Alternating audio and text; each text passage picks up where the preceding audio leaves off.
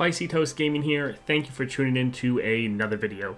Today we're covering the top 5 worst starting decks in Path of Champions. We already did a video covering the top 5 best, so if you want to see that, there'll be a link down below.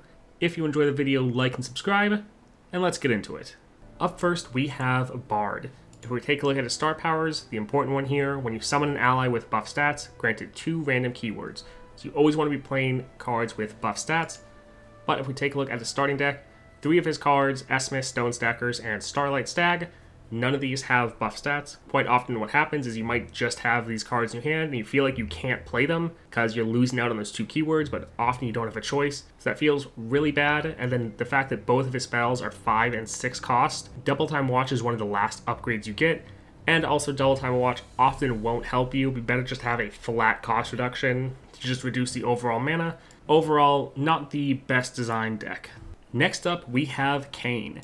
If we take a look at his star powers, when an allied unit kills another unit, give that ally 2/2 and heal it to full. And then each game, the first time an ally kills an enemy and survives, create a random darken equipment in hand. It costs 2 less. So the point is you want to have units that are able to kill enemy units, survive, and then just start scaling, getting more and more health, power, and healing up. But if we take a look at his starting deck, most of his cards are pretty weak. So we have Saga Seeker, 1/1, Wounded White Flame, a 3 cost that's only 2/3, and then you have 2 4-cost cards. With Kane himself also being a 5 cost, you really do have a pretty weak deck, and what will happen is if you're leveling up Kane, you just might not have units that are strong enough to kill the enemy and actually survive, and so either you scale out of control and you can kill the enemy and just keep on scaling, or you just can never kill an enemy, can never get off the ground, and you end up losing because of it. Also, his one removal is Furious Wielder, which an equipped ally strikes an enemy. So if you need this in the early game, but your units haven't been able to kill an enemy yet, and they don't have that equipment, then you're often out of luck. So rather poorly designed in my opinion. Up next, we have Evelynn. Probably a good amount of you are surprised by this. If we take a look at Evelynn, when you or an ally kill an allied husk, give me its positive keywords this round and I level up.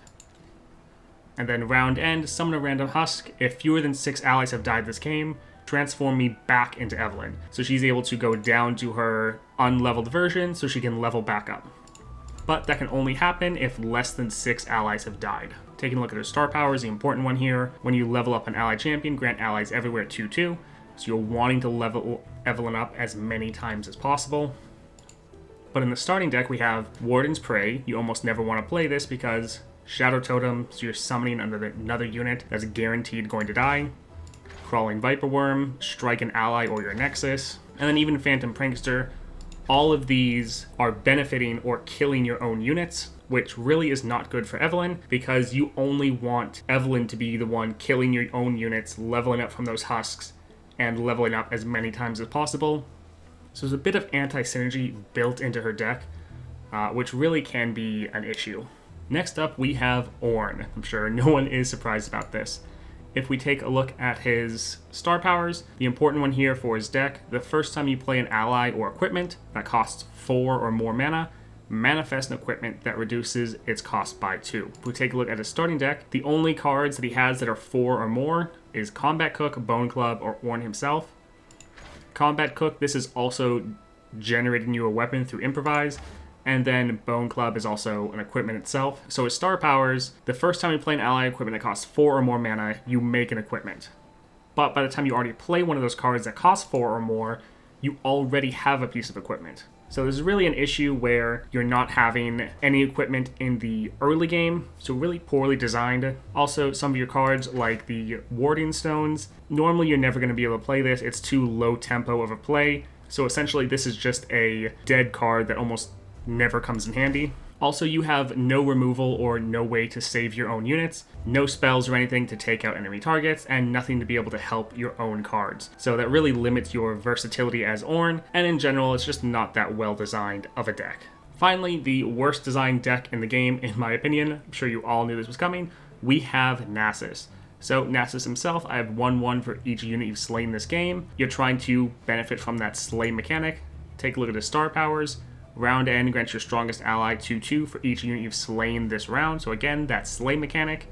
But if we take a look at his starting deck, nothing in here benefits from slay. A lot of these, I've talked about this before, but both Bloodthirsty Marauder and a Ruin Runner. Thematically, these don't fit, as this is a Renekton support card and a Ruin Runner is a Sivir support card. Also, in both of these slots for Shurima, in the 1 cost, there is a Bakai, which is kind of the Nasus support deck, and both of them benefit from Slay. Really an issue there. Rockhopper, while it's not a bad card, this is also one we've seen in Talia, and it's her support card. Then also Xenotype Researchers. This is a Zillion support card. So essentially, other than the Bakai Sand Spinner, all of your units are the support cards for other Shurima champions. This really looks like a deck that they just threw together without thinking about it almost at all.